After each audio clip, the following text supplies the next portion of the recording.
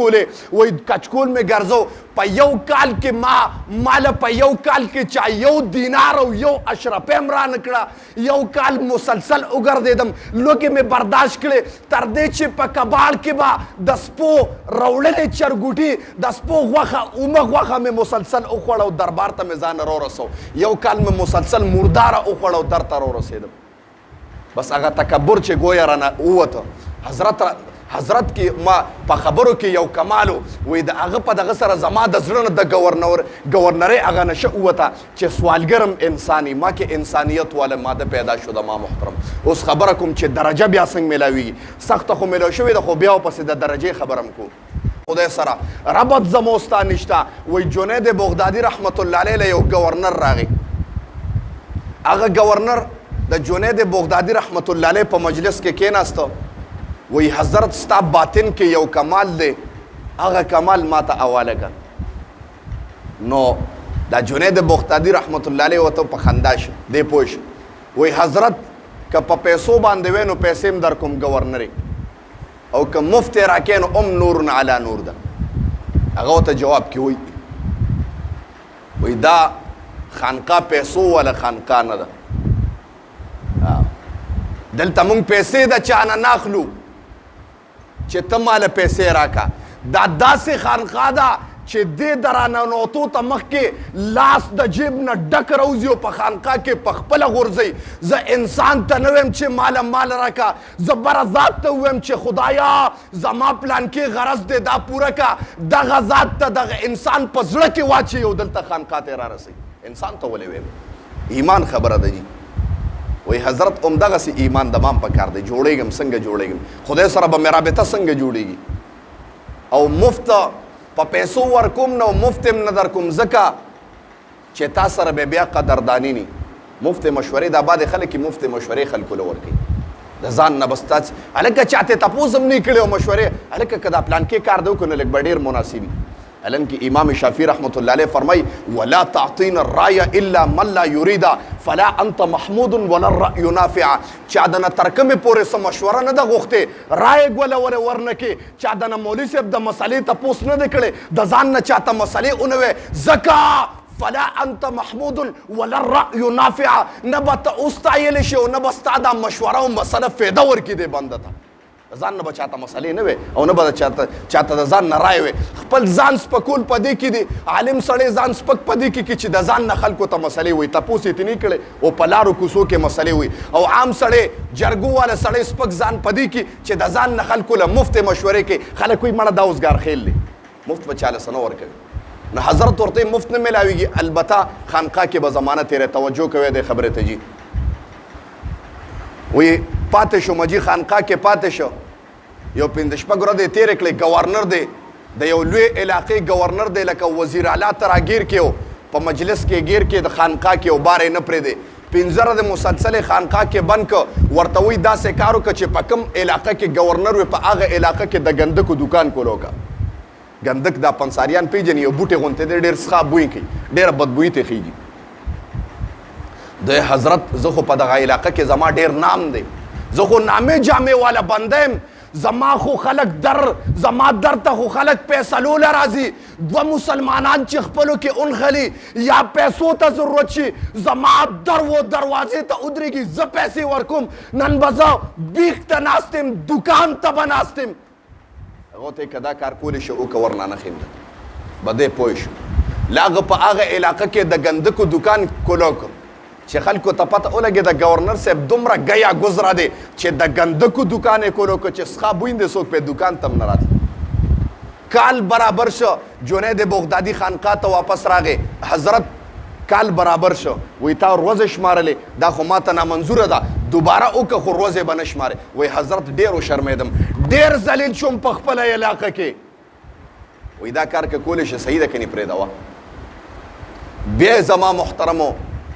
بیا دکان ته کېناسته د کال نه زمانه سیوا واړوله جنید بغدادي ورپسې کسره لږ اراده کال دی برابر شوی دی چې کله کېنو اوس یو امتحان باقي بل پاتې دی چې د دې نه هم سخت دی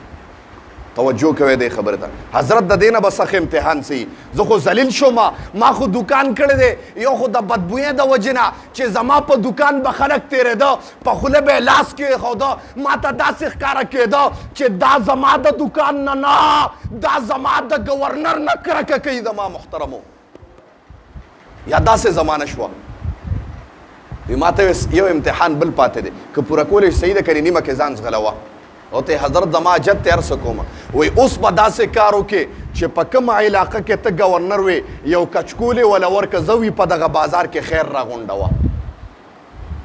ده ورته داسې حیران حیران ګوري لږ ساعت په تعجب سره او مسکی شو ته حضرت وی بس کې کنه دا ذلت لګو دا ذلیلوالی لګو چې زه ذلیل شم زه به خیر څنګه راغونډوم اخو ځان له بیام که هر څو خو مزدوري مې کوله په دکان باندې ناستم سوال خو جنید بغدادي ته وایي ډېر ګران کار دی سوال به زه څنګه کوم هغه هم په خپله علاقه کې چې زه پکې ګورنر وم وایي که سوال کولی شي صحیح ده که سوال نشي کولی بس خبره ختمه ده نه ښیم درته ده هغه هم ډېر عجیبه خلک وو ګورنر خو ورته پته وه د خدای سره یې ربط جوړو زما محترم اوس دلته چاته ووایه د امتحان په طور باندې چې یاره سوال وکړه یا ورته څه خبره یا ورته صرف دا ووایه مړه چې منځګزارو ته پیزار سموه نو بس غلې غونته به د خانقاه نه روځي او تښتي بس دا کار چېرته کولی شي دا پخوا امتحاناتو هغه یو نوجوان یو بزرګ لراغې وی حضرت په ما باندې د شهوت غلبه ډېره د خبرې ته توجه کوي وی زه چې کلم په بازار باندې تېرېږم نو زنانو ته ډېر زیات ګورم جي دې نه ښکته نشم کتې دا څه عمل دی چې دا په موږ مسلمانانو کې ډېر زیات عام دی بیا ورته ته د سر نه تر خپو پورې ګورې قسم دی مله حیا ختمه شو د خدای نه که نه الله فرمایي چې زنانه دې ولیده سترګې ښکته که تاله حیا او شرم پکار دی په دغه وخت کې ګورې نو ستا هم په کور کې تور سرې ناسته ده که نه ستا هم په کور کې مور او خور ناسته ده که دا بازار کې ستا مور او خور هم راووته او ته دغلته دا بازار کې ناستې او ستا خور مور ته د سر نه تر خپو پورې ګوري نو ستا بدن کې بدن نه اور بلیږي تا کې به بیا جوش او جذبه او ایمان والا ولوله راوچتېږي لیکن ته د بل خور او مور ته څنګه ګورې دا شی ډېر عام دی نوجوان وی حضرت وی ډېر زیات دی د دې قهر نه نه وړم هغه ورته زما یو کار وکړه نو بیا درته طریقه ښیم اوس مو ته به د دې قهر نه څنګه اوړو توجه کوی دی خبرې ته یو پیالې وله د پیو ورکړه وي دا پلان کې زما استاد دی بزرګ دی دا پیالې ډکه د پیو هغه له ورسوه دغه پیالې ونیوله حضرت وی دا خو اسان کار دی وایي نه اسان کار چېرته دی پیالې وله ډکه کړه خو وایي چې یو ساس کې دغه پیم دنه د دې بازار کې ګوټ پی دنه توی نشي او د حضرت نه به تویږي بې فکره شه انشاءالله وایي ښه وایي زه داسې کار دی چې یو سړی در باندې مقرر وم پهلوان غوندې نو که یو ګوټ ته پیم توی کړه د یو ګوټ په مقابله کې د یو کس سره به چپړی په بازار کې به د علی الاعلان په د سټ باندې دوه دوه چپړی وایي که د یو ګوټ په مقابله کې وایي حضرت دا خو ډېره ګرانه ده زه خو په بازار کې وشرمېږم هغوی که دا کار کولی شي صحیح ده که نه طریقه ته بیا نه ښیم هغوی صحیح ده نو اوس پی نیولي دي پیالې کې او د بازار په منځ باندې روان دی بزرګ له پیالې ورسوله واپس راغې حضرت پیالې مې ورسوله ګوټ هم نه دی توی شوی وایه زما د مسلې حل څنګه دی حضرت ورته وی وایه په لاره دی څونه زنانه ولیدې څونه شکلونه دې ولیدل وایي زما د رب په ذات باندې قسم وي که د پیو نه ما سوا ما بل شی لیدلی مي وایي دا ولې د پیو نه دې بر حضرت زما سره د ذلت او د رسوایۍ یره وه چې زه به په دې بازار کې ذلیله شم ورته وی دغه یره که ستا په زړه کې د خدای نه پیدا شوه چې د قیامت په ورځ به ته د رب په مابین کې رسوا کېږي او ذلیله کېږي د بل ښځې او نامحرم ته به بیا ته ونه ګورې هغه حضرت زه پوه شوم د هغې نه پس بیا زما نګاه وي اوچته نه شو د الله والو ځان له طریقې وایي هغه جنید بغدادي رحمت الله علیه ګورنر ته ووی لړ شه په بازار کې سوال کوه خیر غواړه نو بس معامله درته ښیمه